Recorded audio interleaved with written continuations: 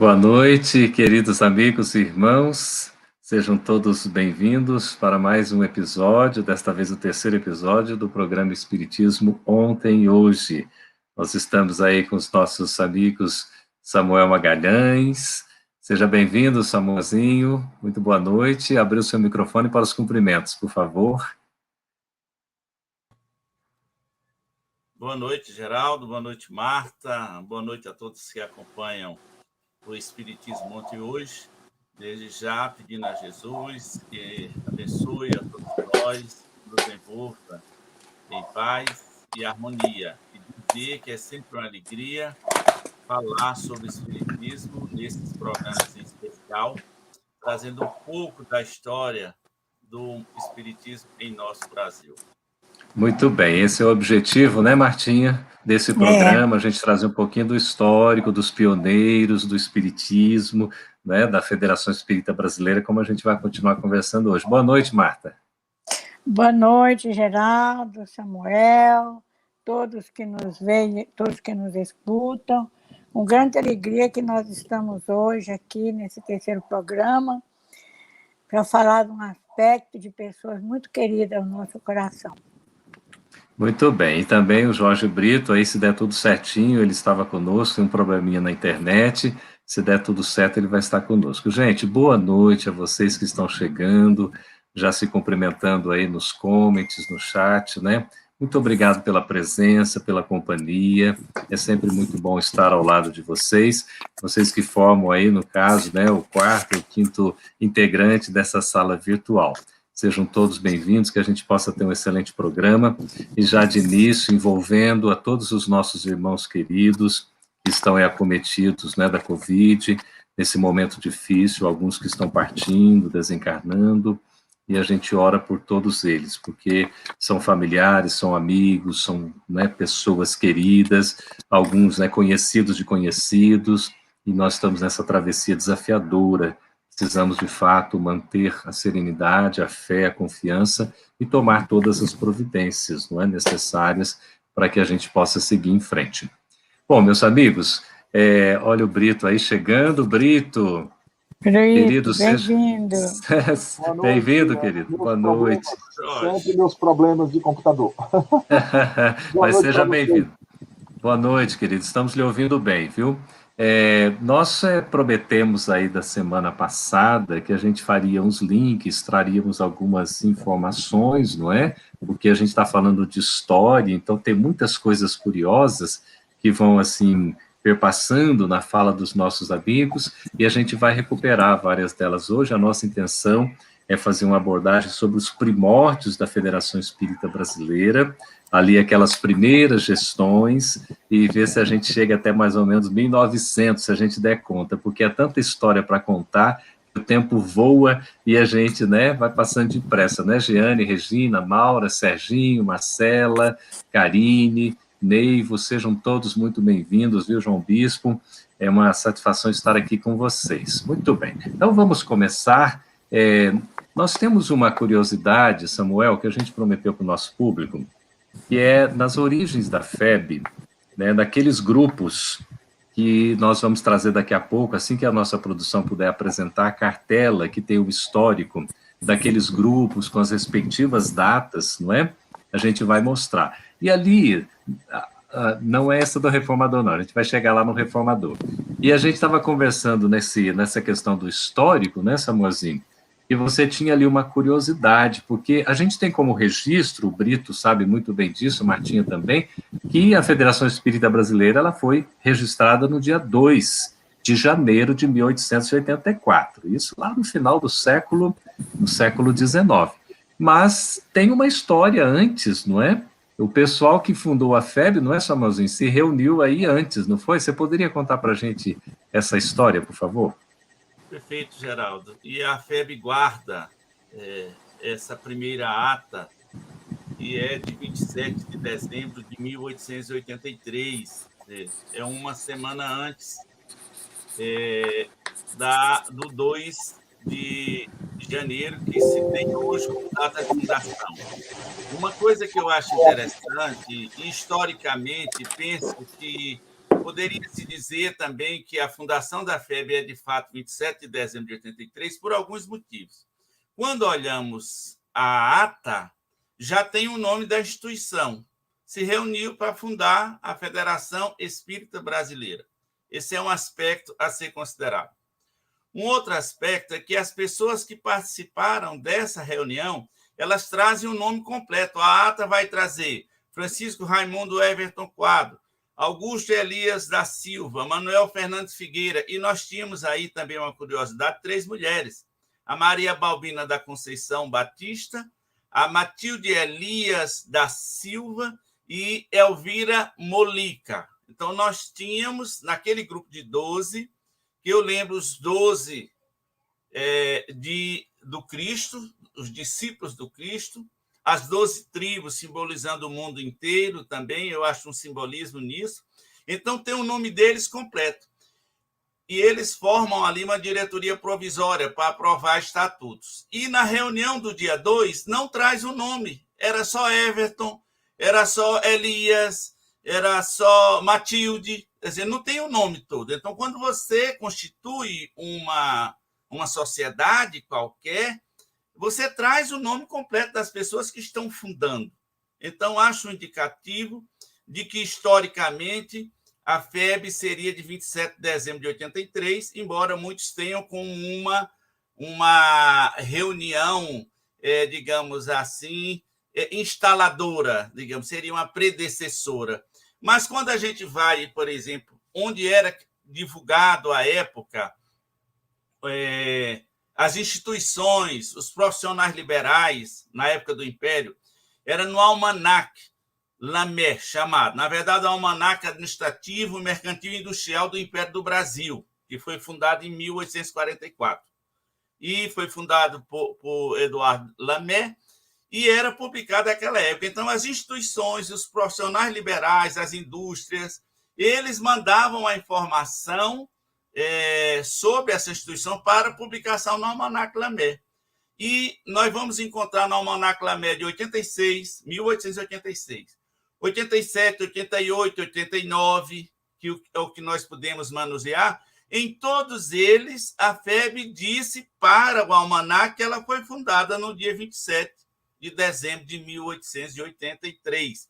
E traz o nome do presidente, vai trazer o nome do vice-presidente, secretário, tesoureiro, porque arquivista. Então, eles trazem, inclusive, o endereço, né? Porque nessa data, por exemplo, de 86, a FEB já funcionava não no endereço do Elias da Silva, mas no seu segundo endereço. Depois vai para a Rua do Ginásio. Então, esse Almanac Lamé, ele é interessante. Agora, se fez a opção por considerar a data de fundação 2 de janeiro, não há problema, desde que se tenha em vista que essa primeira reunião foi ainda em 27 de 1883, como uma coisa preparatória. Mas, historicamente, podemos dizer também que a FEB é de 27 de dezembro de 1883. Muito bem, já é uma curiosidade histórica, a gente começa com o programa, né, com essa curiosidade, um registro em janeiro, né, no dia 2 de janeiro, mas essa histórica é muito bonito, né, Samuelzinho, para mostrar exatamente a união, a reunião, que, aliás, ô Brito, ali, essa reunião de pessoas interessadas no bem para a constituição da Federação Espírita Brasileira contou com Augusto Elias da Silva, não é? Eu queria, Brito, que você falasse um pouquinho sobre esse fotógrafo português, que também fundou o Reformador e depois, com a fundação da Federação Espírita Brasileira, o Reformador foi incorporado à própria instituição. Você poderia falar um pouquinho sobre Augusto Elias da Silva, por favor? Abriu o microfone, tá, Brito? Tá fechado. Desculpe, eu não tenho prática em lives, como vocês. Augusto Elias da Silva é fotógrafo português e ele é um dos fundadores da federação. Engraçado é que ele não quis ser o presidente, né? Ele podia ter sido, né? Ele funda na Rua da Carioca, a 120, não é isso? Né? Que era a residência dele. Ele era um fotógrafo famoso. O seu ateliê se era da rua. Aqui está uma não sei se dá para ver, tá muito ruim, porque eu tenho uma fotografia... Segura firme, Brito. Segura firme na frente da câmera. Vamos ver se dá. Segura firme. Aí, Rua das... Augusto... isso, segura firme, segura paradinho. Augusto Elias da Silva, olha, 120, Rua da Carioca, 120. Muito bem, Rio de Janeiro. É uma foto. Ele era fotógrafo e eu escrevi para o Reformador, em 2014, alguns acréscimos à biografia de Elias da Silva e descobri algumas coisas. Ele fundou um grupo chamado Grupo Menezes. Isso está nos seus... Mas é pouco falado sobre isso, porque era em homenagem a Antônio Furtado de Menezes. Não era nenhum dos Menezes conhecido, Francisco Menezes Dias da Cruz ou Bezerra de Menezes. Era um diretor da Sociedade Acadêmica Deus, Cristo e Caridade, e ele fundou esse grupo em 3 de outubro de 1882, porque ele se converte em 1881. E esse grupo, isso funcionava na federação, e depois, em 1885, ele é incorporado à federação. Tinha essa coisa de formar os grupos. Mas Elias da Silva, como fotógrafo, ele foi premiado na Exposição Industrial de 1881. Era um fotógrafo. E depois, em outra exposição, a de 1900, ele foi... seus trabalhos foram expostos com Marcos Ferreira, que era um fotógrafo do Rio de Janeiro famoso. Então, ele era famoso. E para encerrar, para não tomar muito tempo de vocês, ele escreveu 3 peças de teatro. Ele era teatrólogo. Amor e Perdão, em 1900. Para Remediar, é uma comédia satírica. E o Bicheiro, olha só, abordando já o jogo do bicho. Então, ele, com essa aparência séria, era um homem sócio do Clube Ginástico Português, que ainda existe atualmente, aonde foram realizadas várias reuniões desses grupos aí. Falta um deles aí, que eu vou falar sobre ele mais tarde, se você me der a oportunidade. Muito bem, olha, a gente vê aí na fala do Brito a importância de Augusto Elias da Silva, não é? Que foi esse fotógrafo português, fundador da federação, e já trazia o Reformador. O Martim, eu vou pedir a nossa produção para trazer a imagem do Reformador. Olha só que coisa curiosa para você comentar para nós. Aqui nós temos a imagem do primeiro Reformador. Ele foi fundado no dia 21 de janeiro de 1883. Aqui é a imagem da primeira página, destacada aí, um trechinho lindo que diz assim: abre caminho, saudando os homens do presente, que também o foram do passado e ainda hão de ser os do futuro, mais um batalhador da paz, o Reformador. Olha, eu estou arrepiado aqui, que coisa linda. Ele anunciando o Reformador. Veja, o Reformador, não é, Martim? É de um ano antes da Federação Espírita Brasileira. Agora nós temos a imagem do primeiro também, por gentileza, para colocar, já quando da Federação Espírita Brasileira, em 1884, a nossa produção pode trazer a outra imagem do Reformador, por gentileza, para a gente poder ver aqui. Historicamente é uma coisa muito bonita. Olha só, que coisa linda aqui. Tem de 1º de janeiro de 1884, não é? Já ali... um destaque, acha-se em via de organização a Federação Espírita Brasileira. Olha aí, Samuel, dia 1º de janeiro.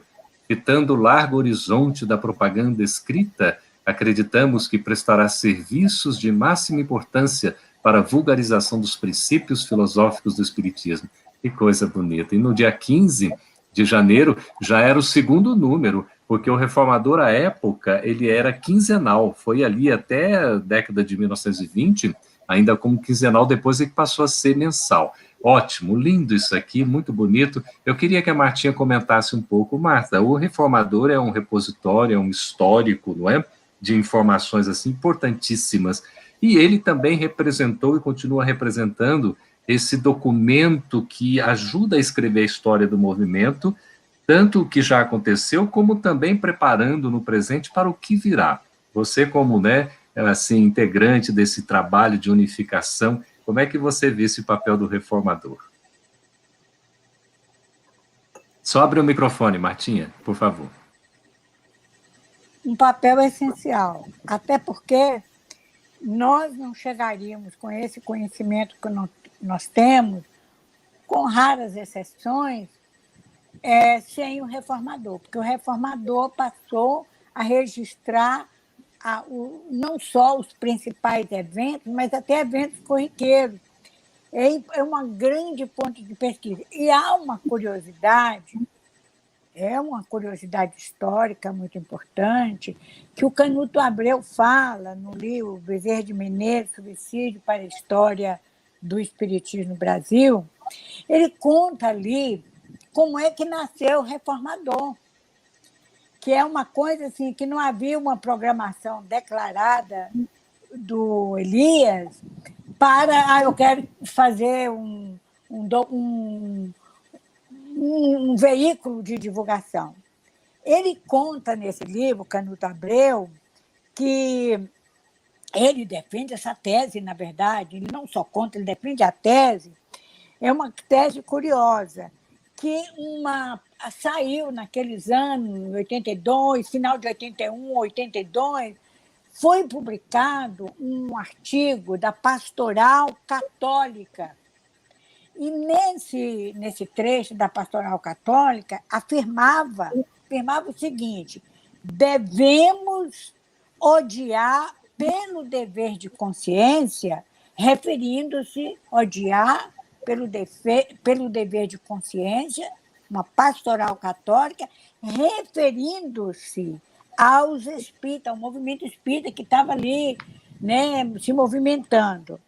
Baseando-se, a pastoral falava, baseando no pensamento de Moisés. Então, o que aconteceu? Isso foi uma pastoral, parece que de junho, tenho uma dúvida, mas parece que foi junho de 1882. Então, Augusto não tinha fundado o Reformador ainda. Augusto Elias da Silva, ele ficou, e outros ficaram indignados com aquela pastoral. Então, o que eles fizeram? O Elias, ele ainda era neófito, digamos assim, segundo palavras do Canuto Abreu, no espiritismo, no movimento espírita, não no espiritismo, no movimento espírita. Então, ele frequentava a sociedade acadêmica, né, que nós já falamos aqui, e onde estudava o livro dos espíritos. Então, incomodado com a pastoral, o que o Elias da Silva fez? Ele escreveu um texto em resposta àquela pastoral. Um texto pesquisado, bem elaborado, com boas fontes, que é as obras de Kardec, mas em resposta aos católicos intolerantes. Acontece, sabe o que aconteceu, gente? Ele não encontrou ninguém, nem católico, ninguém que quisesse publicar esse texto dele. Então, ele foi tomado por uma frustração danada, porque todas as corporações científica, filosófica e literária, ninguém quis criar essa briga com os católicos, ou aquele da pastoral. Aí, o que ele ficou? Ele ficou muito chateado, ele ficou muito aborrecido. Quer dizer, eram criticados, mas não tinham direito de resposta. Então, o que ele fez? Ele resolveu procurar o Pinheiro Guedes, que era um médico homeopata, que o Samuel falou que ele foi para o Rio, né? Já estava no Rio, era o baiano que estava no Rio. O Everton Quadros, já lá no Rio, ele procurou Bezerra de Menezes. Com que finalidade? Para angariar fundos para fundar um instrumento de divulgação espírita. Foram essas as primeiras ideias, vamos dizer assim, que fermentaram, que vieram da origem a um reformador, que foi publicado em 1883. Então, o Canuto Abreu até fala que o reformador se deve à indignação no sentido assim, de ter que ter uma resposta àquelas acusações do Elias, e também a essa pastoral da igreja, essa pastoral católica, que, em vez de ser derrotado os espíritas, pelo contrário, criou-se um instrumento de divulgação do espiritismo, que, graças a Deus, permanece até hoje, divulgando o pensamento espírita aos espíritos. Vale dizer, né? O Reformador é de primeiro aí, a gente vê 21 de janeiro, né, Samuel? 21 de janeiro de 1883, então um ano antes da fundação da FEB, e depois é incorporado pela FEB e permanece como um periódico espírita publicado ininterruptamente.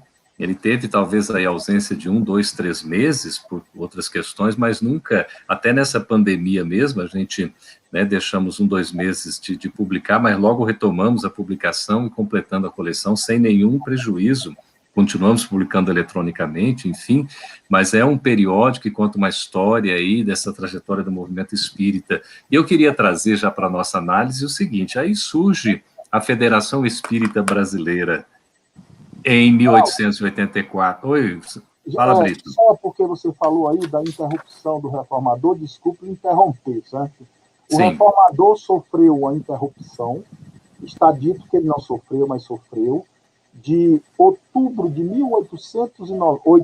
a dezembro de 1893.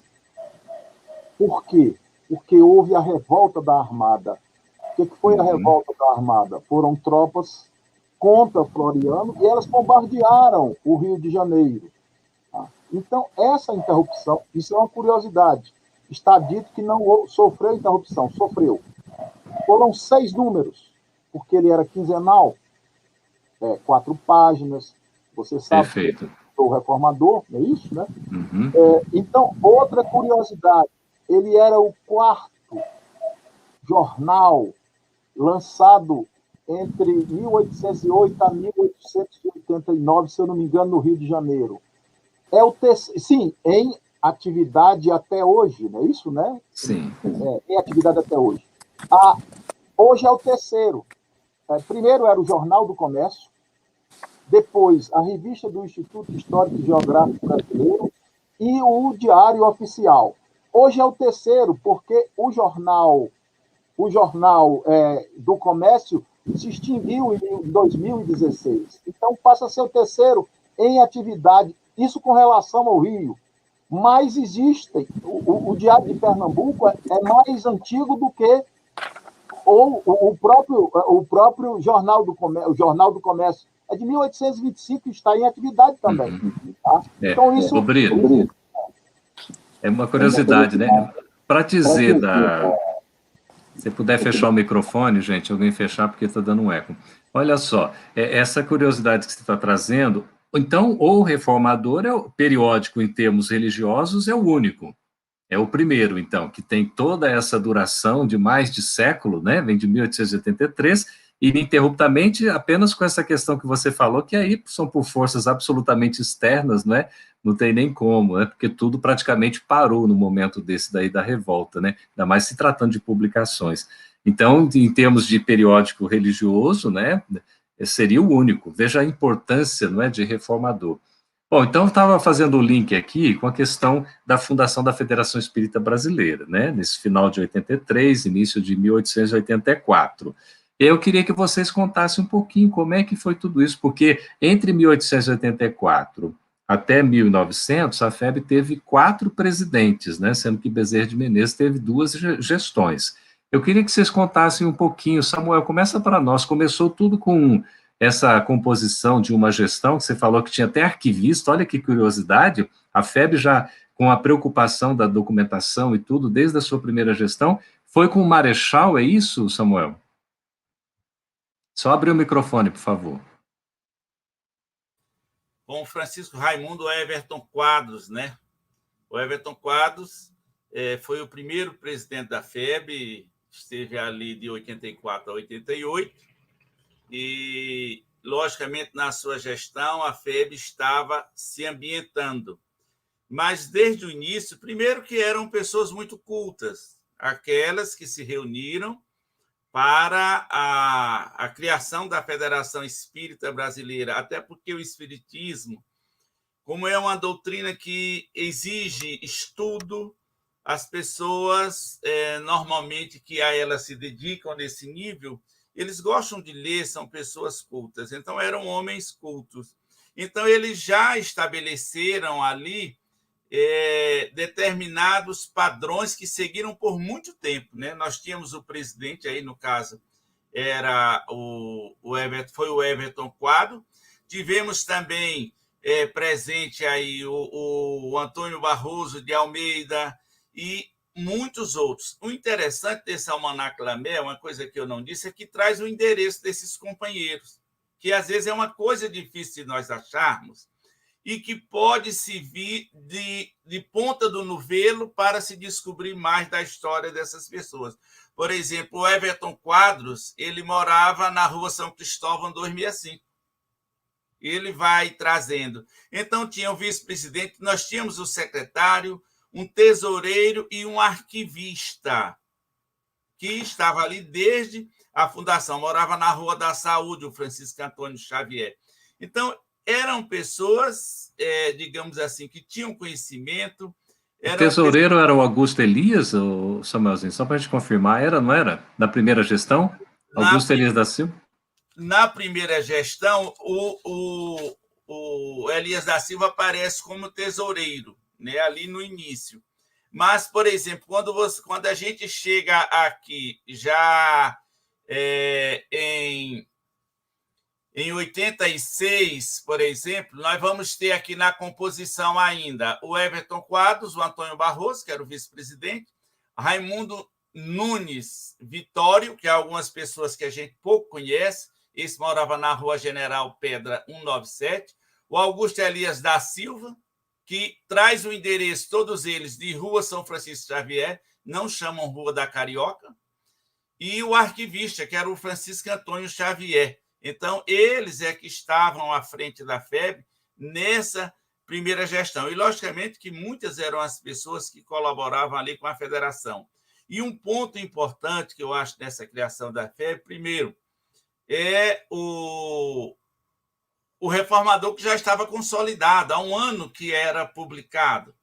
E com a oferta do Elias da Silva para que fosse o órgão de divulgação, o órgão de imprensa da federação, você já dá uma sustentação à instituição. E outra coisa, a FEB, quando foi fundada, ela já noticiou às instituições no exterior a sua fundação, o que é uma coisa muito interessante, porque não era um hábito à época. E quando noticia, a FEB é como se já lançasse as suas primeiras raízes para esse trabalho futuro, talvez por uma intuição desses companheiros aí da primeira hora. E aí a FEB vai nesse crescente a partir dali de janeiro de 84, tendo havido a reunião em 27 de dezembro de 83. Martinha, eu queria lhe fazer uma pergunta. Veja, nessa linha que o Samuel está falando, a federação, ela nasce como federação em 1883, no finalzinho, ou no início de 1884. O Brasil não era ainda uma república. O Brasil era império, não é isso? A proclamação da república se deu em 1889. Quer dizer, a FEB nasce 5 anos antes da proclamação da república, no entanto, já nasce como federação. O Brasil não era uma federação. Isso denota um planejamento espiritual, essas coisas? Sem dúvida. Mas sem dúvida mesmo que é um planejamento espiritual, um planejamento de Ismael, porque nas mensagens de Ismael, né, seja por Frederico Júnior, seja por Gifone, ele fala da federação e fala do Brasil como uma missão do Brasil como um todo. Mas o que é importante destacar é que, apesar de Bezerra de Menezes, doutor Bezerra de Menezes, não participou naquele grupo da fundação, quer dizer, ele dava o apoio, mas ele não participou diretamente do grupo do apoio, e é uma coisa que, às vezes, os espíritas falam assim, a gente ouve, já ouvi muito isso no passado, hoje nem tanto. Ah, mas Bezerra de Menezes só se interessou por essa unificação quando ele desencarnou. Conversa, não, é a coisa mais enganosa, é esse pensamento. Primeiro, ele, antes mesmo, na fundação, mesmo que ele não tenha participado e assinado como membro, ele ajudou, até com recursos, para o Elias da Silva fundar o Reformador, depois a Federação, e como o Everton Quadros também ajudou. Mas Bezerra, naquela época, ele queria uma instituição, ele imaginava, não é que ele queria uma instituição que pudesse unir os espíritas do Brasil, que pudesse unir os espíritas. Ele falava unir os espíritas. Naquela época, talvez uns 3, 4 estados, ali São Paulo, Minas Gerais, Rio de Janeiro, que pudesse, talvez, estar mais próximo. Então, Bezerra, ele já tinha esse ideal. E isso nós vamos encontrar, essa ideia dele, não só quando ele passa a ser presidente da FEB na primeira gestão, junto com o Dias da Cruz, e depois tem uma história interessante ligada ao doutor Francisco Dias da Cruz, que era o vice dele, mas também na segunda gestão, que ele não completou porque ele desencarnou no ano de 1900. Mas o que eu quero chamar a atenção aqui, que essa ideia de unificação, de ter uma sociedade que já nasceu com o nome de federação, num discurso publicado no Reformador de 1895, né? Um ano depois da fundação da FEB, 1895, 11 anos depois, ele fala, o doutor Bezerra de Menezes, é bom localizar isso, ele fala da implementar mudanças no movimento espírita, na gestão da FEB, para consolidar essa ideia de unificação dos espíritas. Ideia que ele nunca abandonou. Tanto que, quando entra Leopoldo Cirne, que era o vice dele na segunda gestão dele como presidente da FEB, e ele desencarna e Leopoldo Cirne assume a presidência da FEB, você veja qual foi o papel do Leopoldo Cirne naqueles 13 anos que ele iniciou de 1900 a 1903. Foi trabalhar a unificação devido às ideias de Bezerra de Menezes. Perfeito. É um histórico que a gente vai e volta. Eu queria que a nossa produção trouxesse, então, aqui uma cartela para nós, mostrando aqui aqueles grupos que antecederam, não é, a origem da FEB. Olha só para a gente recordar. Pode mostrar, por favor, não é? Nós temos aqui esses grupos que antecederam, então, a fundação da FEB. Em 1873 foi o Grupo Confúcio. Nós tratamos deles aí nos 2 programas anteriores, não é? 1876, o Grupo Espírita Deus, Cristo e Caridade. Podem fotografar aí, por favor, essa cartela, né, para ficar com esse histórico. Em 1879, a Sociedade Acadêmica Deus, Cristo e Caridade. Em 1880, a Sociedade Espírita Fraternidade. Em 1880, também surge o Grupo Ismael, que é o Grupo de Estudos Evangélicos do Anjo Ismael, que depois também acaba se incorporando à Federação Espírita Brasileira, junto com Bezerra de Menezes. Em 1884, surge, então, a Federação Espírita Brasileira, né, tendo essa reunião ocorrido no mês de dezembro, conforme o Samuelzinho contou para nós a história, dezembro de 1883. Então, essa era uma informação que a gente devia. Eu também queria mostrar, se a produção tiver, aquelas fontes. A Marta fez referência às fontes, exatamente, olha essa daí. Essas fontes aqui, só para a gente ver, também vocês podem aí, fazem aí a foto dessa imagem, né? Porque é tão interessante que a gente tem tanto grandes espíritas do Brasil, né, de Zeus Vantuil, como Bezerra de Menezes, Canuto de Abreu, edição da FESP, o Grande Espíritas do Brasil, edição da FEB. Então, aí tem trechos de comunicações do Espírito Ismael, né, que a gente ficou falando isso aí, e a gente tem várias fontes aqui. Então, esse aqui foi o que a Martinha trouxe para nós, com a fonte do nosso querido Afonso Soares.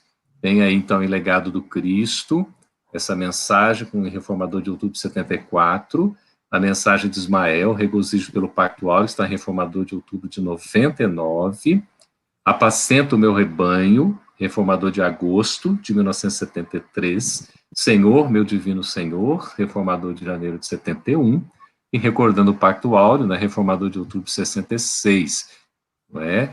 E aí nós temos também Irmãos do Continente Americano, em Reformador de novembro de 1949. Então, são informações históricas, não é? Com essas informações históricas, eu queria, antes do comentário do Brito, eu queria que ele trouxesse para nós um comentário sobre Bezerra de Menezes, que assume logo depois de Everton Quadros, não é isso? Ele tem um mandato curto, não é? Ali, para depois ter um segundo mandato, mas ele tem o primeiro mandato, não é?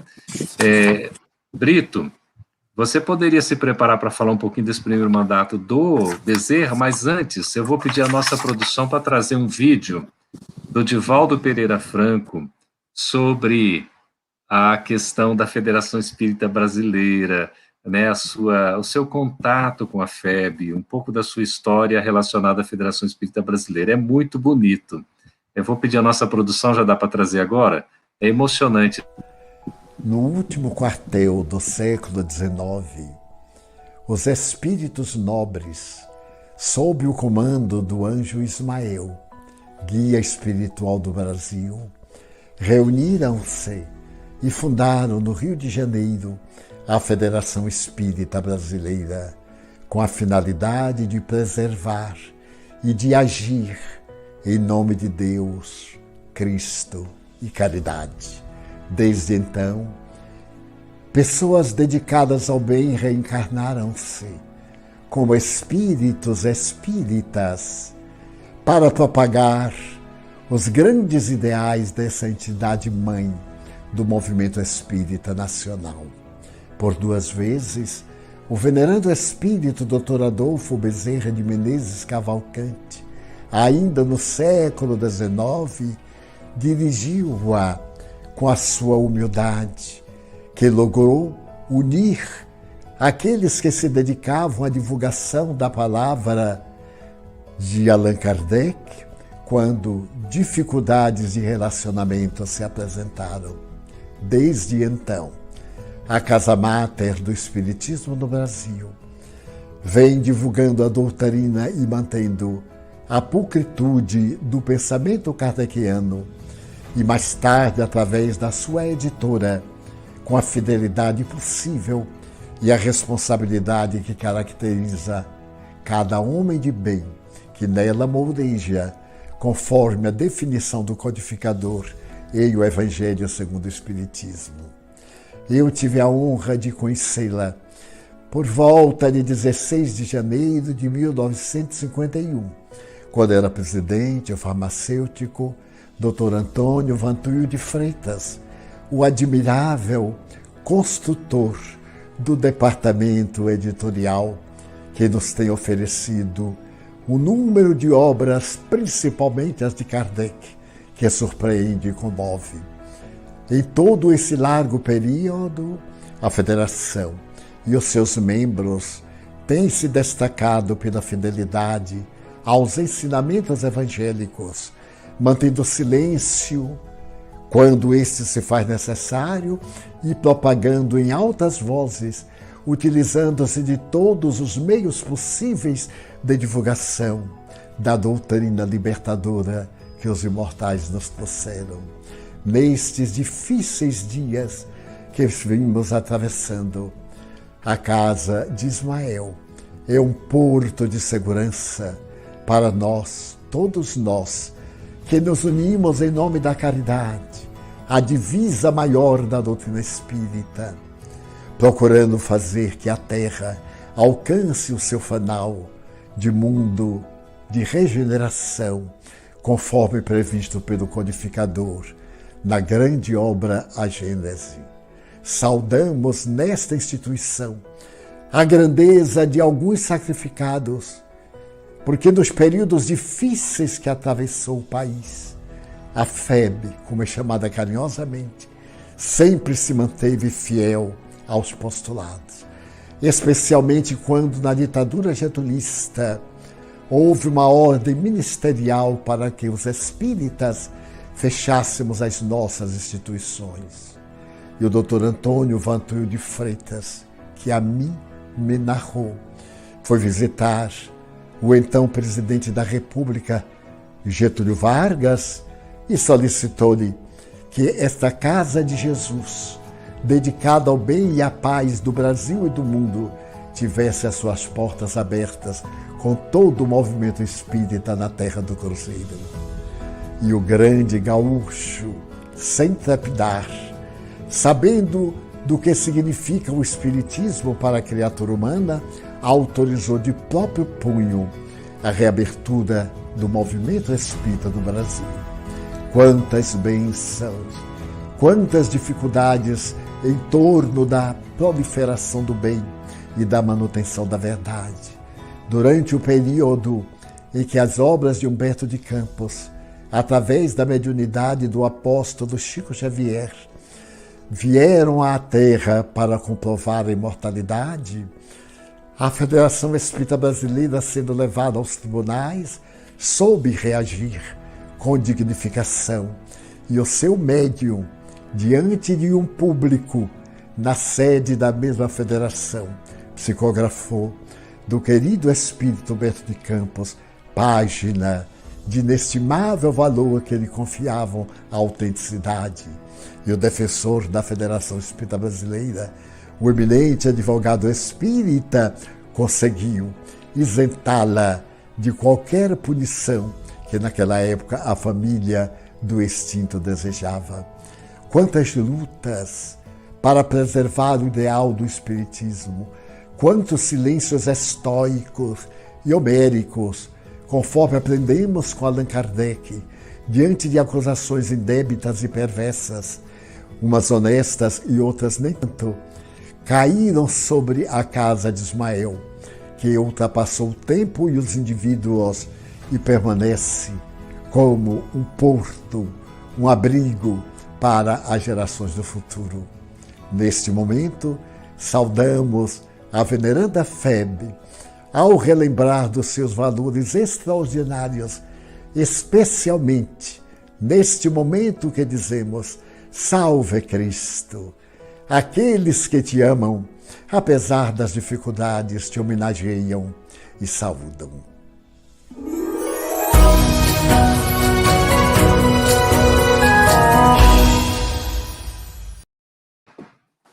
Pois é, essa é uma campanha, né, para conhecer a FEB. Esse vídeo foi publicado na segunda-feira agora, não é isso? Está veiculando aí, nós fizemos questão de colocá-lo aqui, porque tem todo a ver com esse histórico, e é bom a gente conhecer a FEB, né? O intuito desta campanha é exatamente para que nós tenhamos mais informações sobre a Casa Matre do Espiritismo, a Federação Espírita Brasileira. Muito obrigado ao querido Divaldo, não é? Por esse testemunho, por esta fala tão elegante, né, de um homem probo, né, de um homem honesto, de um missionário entre nós. Brito, querido, nós estávamos ali falando, Bezerra de Menezes teve 2 mandatos, você poderia falar um pouco, por favor, sobre esse trabalho lindo de Bezerra? Abrir o seu microfone, tá, por favor?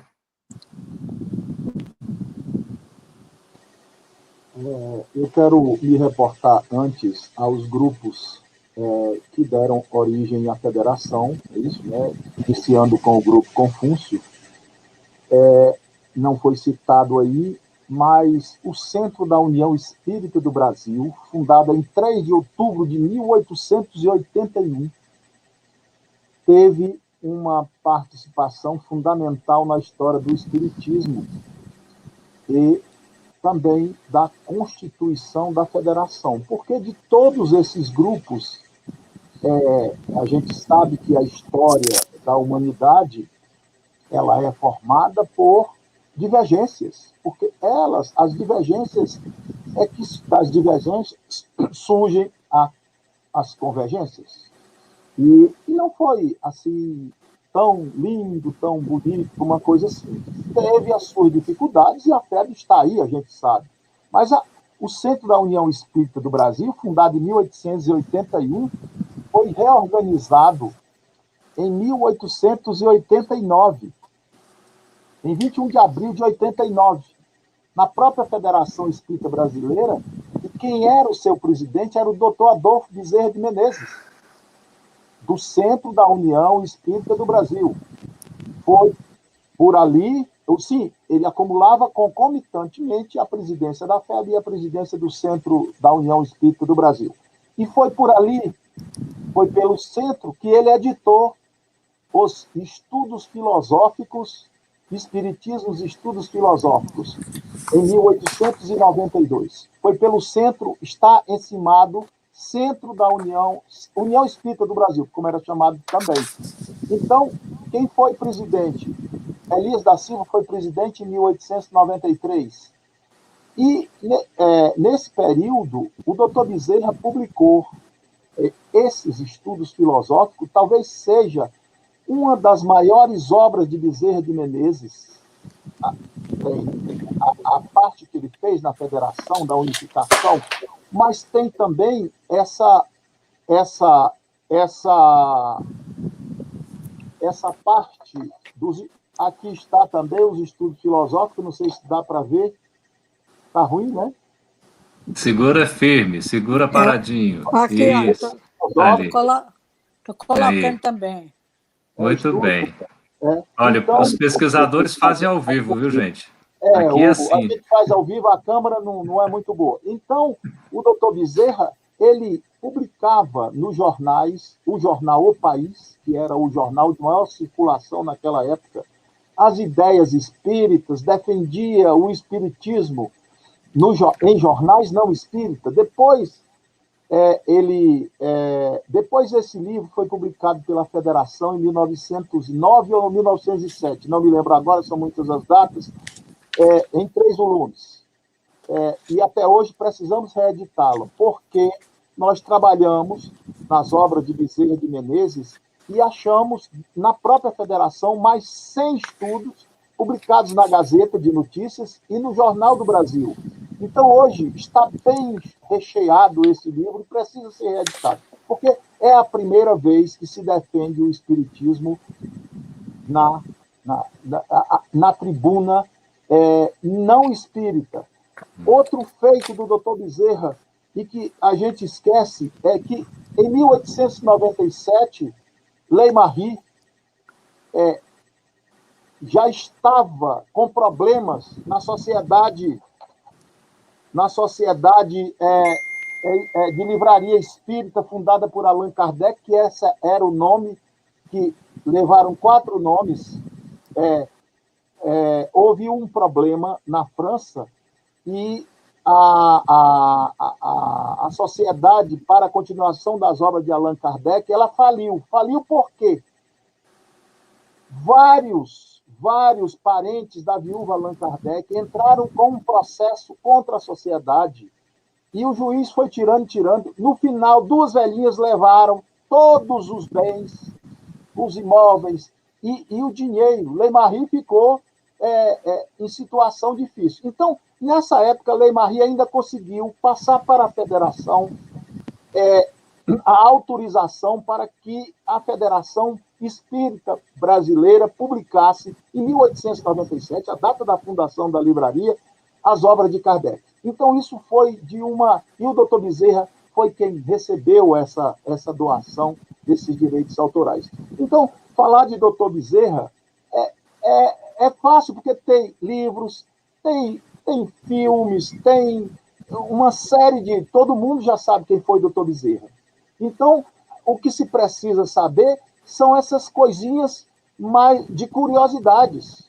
O doutor Bezerra teve uma participação, ele foi na primeira gestão, junto com Dias da Cruz, Francisco Menezes. Menezes Dias da Cruz. Filho. Foi seu vice, né? O Francisco Menezes Dias da Cruz é o terceiro na ordem. É o terceiro. O primeiro era relojoeiro, depois o segundo era o pai do Francisco. É o terceiro, isso é uma curiosidade também. E o segundo foi professor do doutor Bezerra, como é que o doutor Francisco Menezes Dias da Cruz se converte. Ele sabia, o pai dele, o espírito do pai dele estava dando consultas.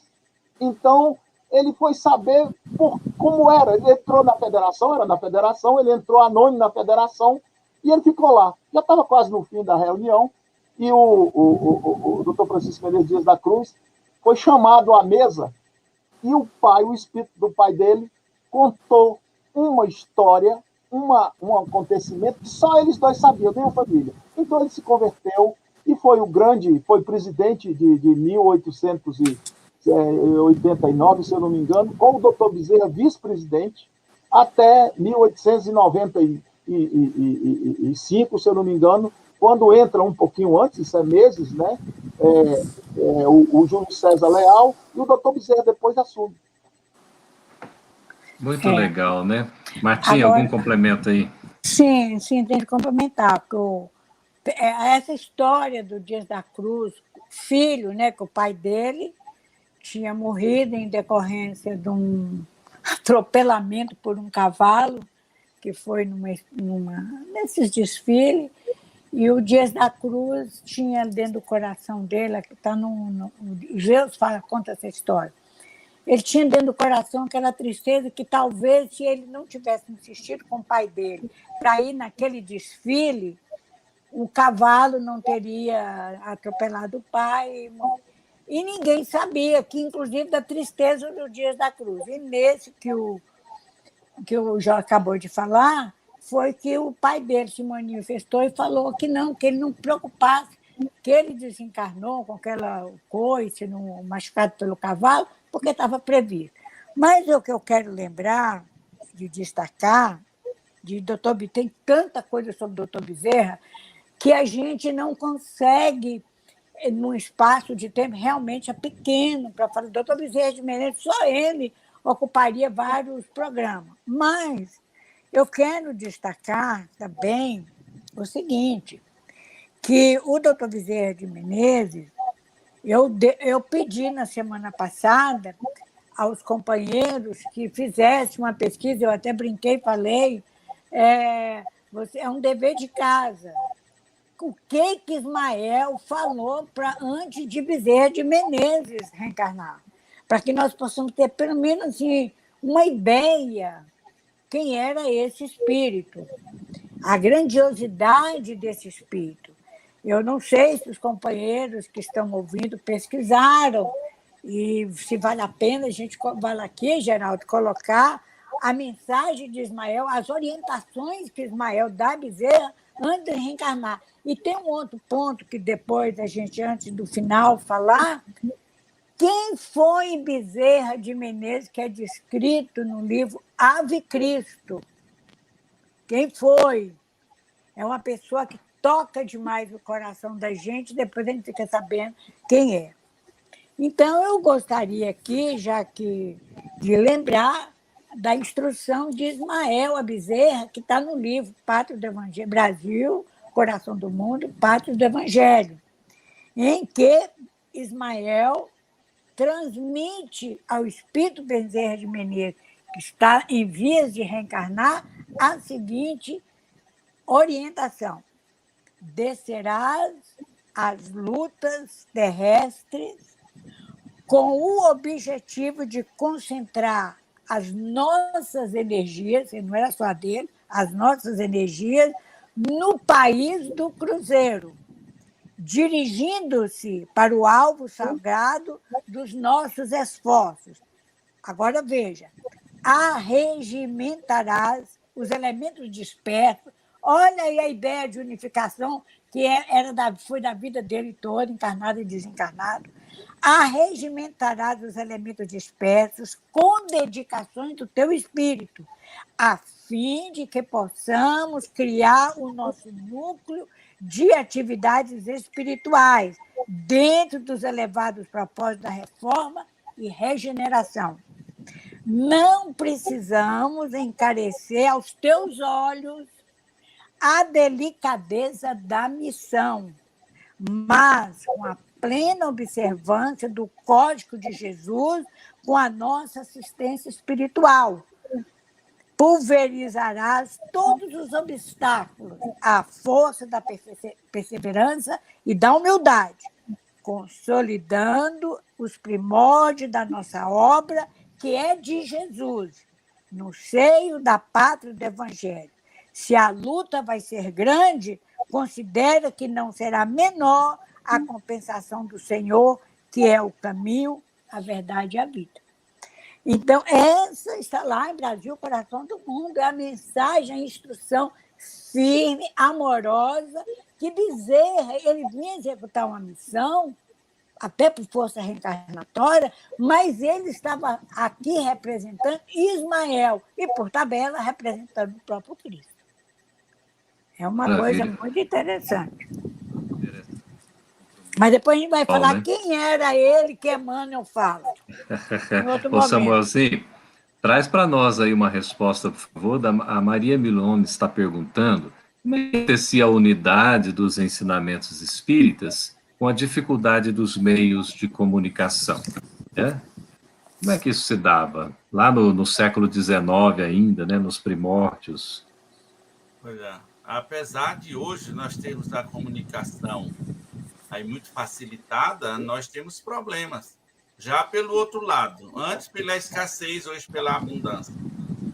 A internet é reino de ninguém, também é reino de todos. Então temos muitos problemas. E naquela época o espiritismo estava se ambientando, então era natural que algumas coisas, muitos ainda não tivessem uma compreensão. Hoje nós, mas é fácil entender o espiritismo, porque nós já herdamos as horas que os outros se demoraram meditando em cima desses textos. E eles, como se diz assim, mastigaram para nós. Então, nós já somos beneficiários do trabalho dessas pessoas. E se houve em algum momento dificuldades, hoje nós já temos, talvez hoje mais, pelo descuido, pelo descaso, o que não era a época, porque estava chegando. Mas eu queria aproveitar aqui, Geraldo, esse instante, para fazer duas observações pequenas.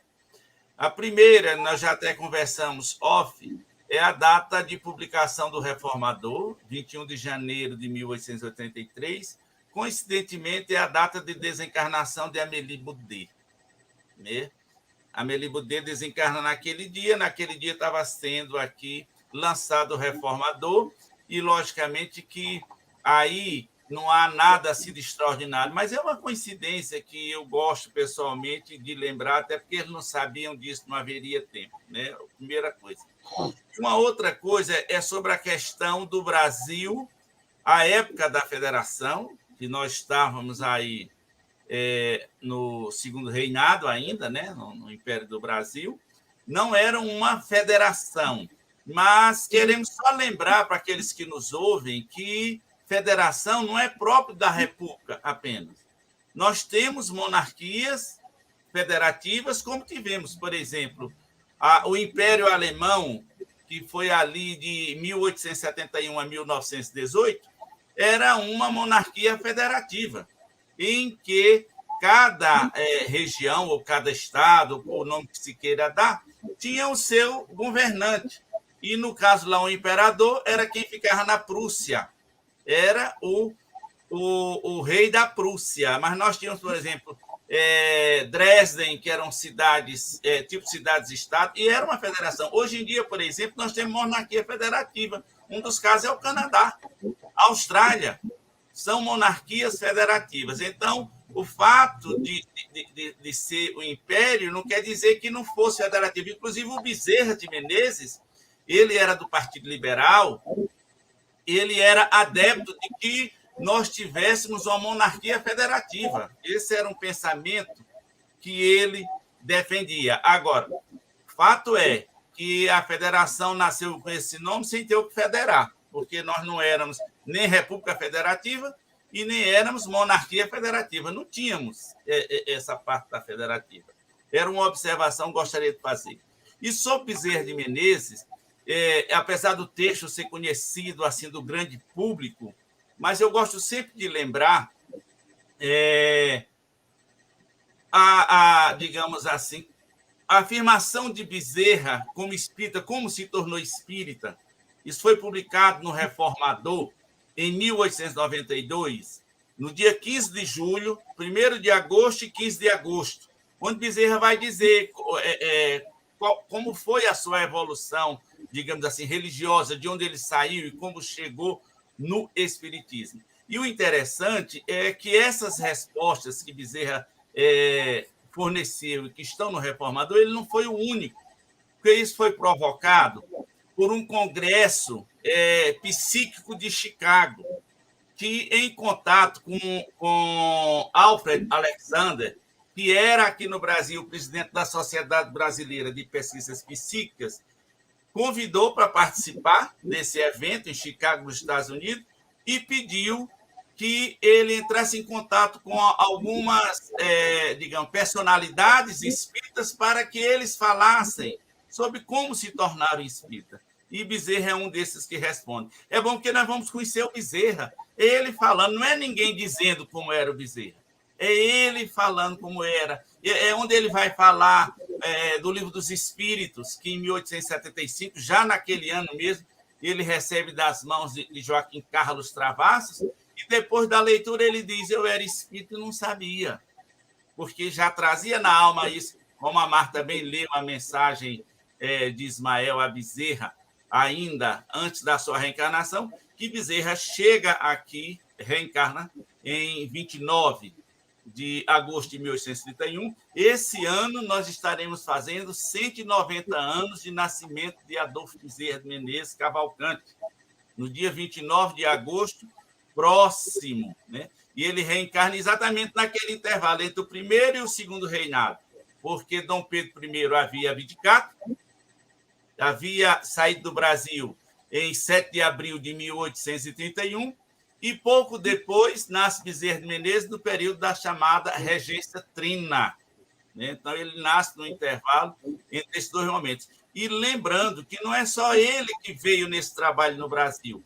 Humberto de Campos vai nos revelar que Dom Pedro II é um missionário e, segundo Humberto nos diz, é Longinos, aquele que trespassou Jesus com a lança e que vem em talvez a sua última reencarnação aqui na Terra. Então, esse trabalho espírita, ele vem amparado por Jesus. Resta a nós não só acreditar, mas trabalhar para fazer jus realmente ao que nos foi ofertado, que nos tem sido oferecido a cada dia. Olha que coisa linda, Samuelzinho. Eu queria trazer aqui, Martinho, alguns comentários, por favor. A nossa produção pode trazer o comentário da Fernanda, que fala da história. Né? Vai lá. Nosso amado protetor Bezerra de Menezes, ele já podia estar em muito mais felizes, né? Mas pelo seu amor a nós, continua aqui conosco. Né? Consta que, lá por meados do século, né, 20, ele teria sido convidado diretamente a Maria, mas intercedendo aí, né, Celina, não é? Que teria feito esse convite, e ele realmente, ele fala que por amor, né, ele gostaria, enquanto houvesse uma alma que necessitada, ele permanecer na Terra. É muito bonito mesmo, né? E tem outro trechinho que a Fernandinha também traz, que quando ela fala da história, aprender a nossa história nos ajuda né, no presente e no futuro, exatamente. Como é importante conhecer a história, não é? A gente vai ter uma compreensão hoje do que ocorreu e entender o presente, inclusive projetar para o futuro, né? A nossa produção pode trazer outras aí, por favor, a gente valorizando aqui a participação tão valiosa. Olha aí, Marta, pergunta para você, será que o Dr. Bezerra ingressou na política por livre e espontânea vontade ou foi induzido por amigos ou até intuído para repercutir a mensagem da Boa Nova? Rapidamente a resposta, Martim, que nosso tempo está voando. Abre o microfone, Martinha. Socorrinha, que coincidente veja com ele foi intuído, né? Ele foi intuído, porque ele era médico militar, inclusive, quando ele se candidatou a vereador, que foi o primeiro cargo, quiseram, né, o adversário quis bloquear, porque ele era militar. Então, não teve dúvida. Ele abriu mão da profissão militar, se tornou político, vereador, depois ele veio alcançar cargos que seria equivalente, guardando as devidas proporções, porque era a época do Segundo Império, o que seria hoje o presidente do Congresso Nacional, porque não havia as duas câmaras na época. Mas Bezerra de Menezes ele fez muitas contribuições como político, ele teve mais liberdade e, inclusive, ele era abolicionista de primeira linha. Ele fez também contribuições para a rede ferroviária, muitas coisas da comunidade. E tem um detalhe, viu, Socorro, que você deve saber, porque você é da terra do Luciano Klein, que no presente, no momento atual, é o Luciano Klein, o presidente da Federação Espírita do Estado do Ceará, sobretudo naquele livro Bezerra de Menezes, Fatos e Documentos, é um dos maiores estudiosos, se não o maior estudioso de Bezerra de Menezes no tempo atual.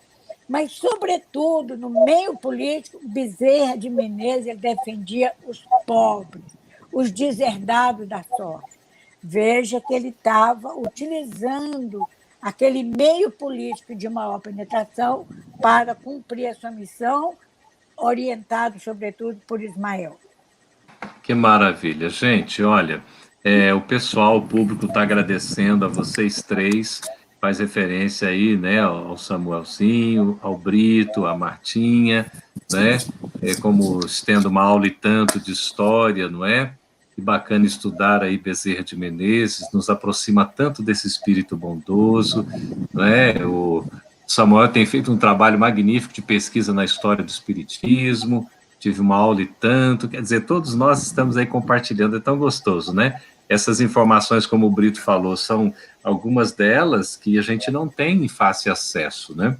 Então, aqui com eles, a gente consegue acessar. Bom, gente, o nosso tempo já está se encerrando, eu vou passar, assim, para as palavras finais de cada um dos né, presentes aqui, e queria dizer o seguinte, no programa da semana que vem, a gente dá continuidade a essa história com Bezerra de Menezes, e já entrando também, Martinha, aí, né, de 1900 a 1913. Vamos pegar, não esse trabalho maravilhoso de unificação, dando continuidade ao trabalho de Bezerra de Menezes que foi feito, né? Inclusive com a construção, não é? A inauguração da sede da Federação Espírita Brasileira, não é? Foi no mandato desse nosso presidente, que eu não vou dizer o nome, só para o pessoal ficar curioso aí para ver quem é, não é? E vão pesquisar, e a gente vai trazer no próximo programa, quando a gente vai fechar esse bloco inicial, depois vamos começar a abrir com outros convidados, depois nós vamos trazer essa dupla. Eu queria aqui de público assumir com vocês se a gente conseguiria pelo menos um programa no mês com a presença de vocês três. Né? A gente pode combinar aí a quinta-feira, de repente, a última quinta-feira, a gente vê direitinho, vamos combinar, vai ser muito bom. Bom, então, para as palavras finais, que o nosso tempo aí já voou, não é? Brito, para suas despedidas, Samuelzinho e Martinha, por favor. Só quero lembrar que o doutor Bezerra, ele entrou na política por altruísmo, ele não recebia salário, recebia apenas uma ajuda de custo. Tá? E outra coisa, na seca de 77, o Ceará sofreu muito. E o doutor Bezerra, eu tenho o livro na minha biblioteca cearense, o livro é de 1877, o doutor Bezerra foi um dos signatários de ajuda aos flagelados do Norte. Né? Então, isso, olha a alma, né? 77, eu acho que nem pensava em ser espírita, né? Olha a alma, olha assim, a alma, a caridade, em primeiro lugar. Então, esse livro é um livro preciosíssimo, está na minha biblioteca particular do Ceará, que tem mais ou menos uns 6.000 volumes, e esse livro eu passei para o meu amigo Luciano Klein, que é o biógrafo do Dr. Bezerra de Menezes, e ele já está a par disso. Tudo muito cearense. Muito obrigado, Brito. Vai aí outro cearense falando. Vai lá, Samuelzinho, por favor. Inclusive, o Bezerra, o nosso querido conterrâneo, assim como Viana de Carvalho. O Ceará é cheio de gente. Já viu que prestígio? É isso aí. Mas falar de espiritismo assim é uma grata satisfação. Recordar a luta e a entrega dos companheiros da primeira hora para que hoje nós tenhamos as veredas apainadas, embora não sejamos nem de longe nem as sandálias do Cristo, mas eles nos prepararam o caminho e nós precisamos, assim, buscar esse conhecimento para compreender para onde nós estamos nos encaminhando. E Bezerra, essa alma luminosa, que no dizer da dona Ivone do Amaral Pereira, ela dizia que ele era baixinho desde aquele tempo, que Bezerra tinha pouco mais de 1,60 m. O cabelo era crespo, porque as pessoas botam, às vezes, brilhantino no cabelo de Bezerra nas fotos. Ele tinha um cabelo crespo e olhos verdes. E ela diz que ele foi Zaqueu, à época de Jesus. Zaqueu, que se torna cristão e que foi bispo de Cesareia Marítima, né? E que mais tarde, como Marta estava dizendo aí, nós vamos encontrar em Ave Cristo, né, Marta? Fábio Corvino. Né? Então, Bezerra, essa alma iluminada e que veio à Terra de fato. Já deu spoiler, gente. Vai lá, tá dado então, spoiler. Falar de Bezerra, a gente ia ter se demorar muito. Há uma frase que diz: a vida de nenhum homem pode ser contida em um livro. E eu diria que num homem como Bezerra de Menezes, nem numa biblioteca, porque muitos são seus filhos. Né? Então, paz a todos e que Jesus nos abençoe. Eu como fui professora a vida toda, e ele acabou de falar do Apio Corvino, eu vou dar outro dever de casa para vocês, gente. Né? Vocês vão pegar, eu vou dar a dica. Vocês vão pegar o belíssimo, maravilhoso, que a gente chora. Eu, pelo menos, choro. Toda vez que eu leio esse livro, Ave Cristo, eu choro, da primeira página até a última. Vocês vão pegar 3 capítulos. O compromisso do coração, corações em luta e preparando o caminho. Vocês vão ver quem era aquele maravilhoso, aquele evangelizado espírito chamado Apio Corvino. E por que Bezerra de Menezes nasceu perto de um amigo muito próximo dele no Segundo Império, que era Pedro II, que está nesse livro também. Vocês vão ler e vão descobrir. Oh, que maravilha. Gente, muito obrigado aí, Martinha. Semana que vem a gente vai continuar, Brito. Né, Geraldo? Continuaremos. Semana que vem, sem dúvida. Nós hoje pagamos algumas dívidas aqui de informações, a semana que vem a gente continua, fechando esse bloco aí com o Bezerra de Menezes e o próximo presidente da FEB, né, que foi de 1900 a 1913, e a gente vai trazer essas informações. Muito obrigado pela presença de todos, uma satisfação ter estado aqui com vocês. Beijo no coração de todos e um abraço virtual. Até mais. Até quinta. Até mais. Muito bom. Até quinta. Tchau.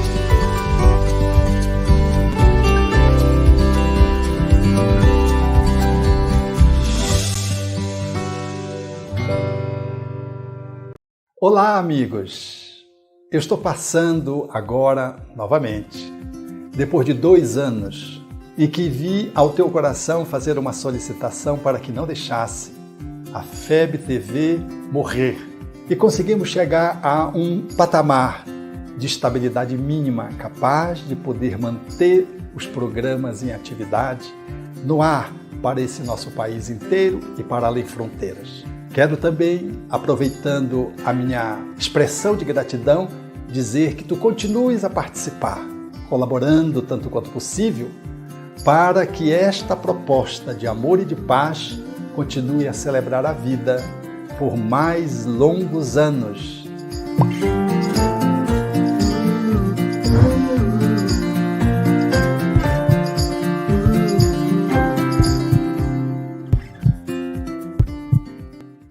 Conheça a Federação Espírita Brasileira, que busca mostrar quem ela é. O trabalho realizado por meio desta instituição centenária, trazendo você para dentro da nossa casa. Como surgiu a Federação Espírita Brasileira? De Augusto Elias, o seu fundador, aos dias de hoje, o que ocorreu? Quem foram e quem são os vultos que fizeram e fazem parte desta história? Qual a relação de nomes como Chico Xavier, Bezerra de Menezes, Ivone Pereira com esta instituição? Qual a sua missão? Como ela atua na formação do homem de bem? Apresentaremos a Federação Espírita Brasileira em formato dinâmico com vídeos, depoimentos, postagens históricas, áudios. Conheça e faça parte desta família.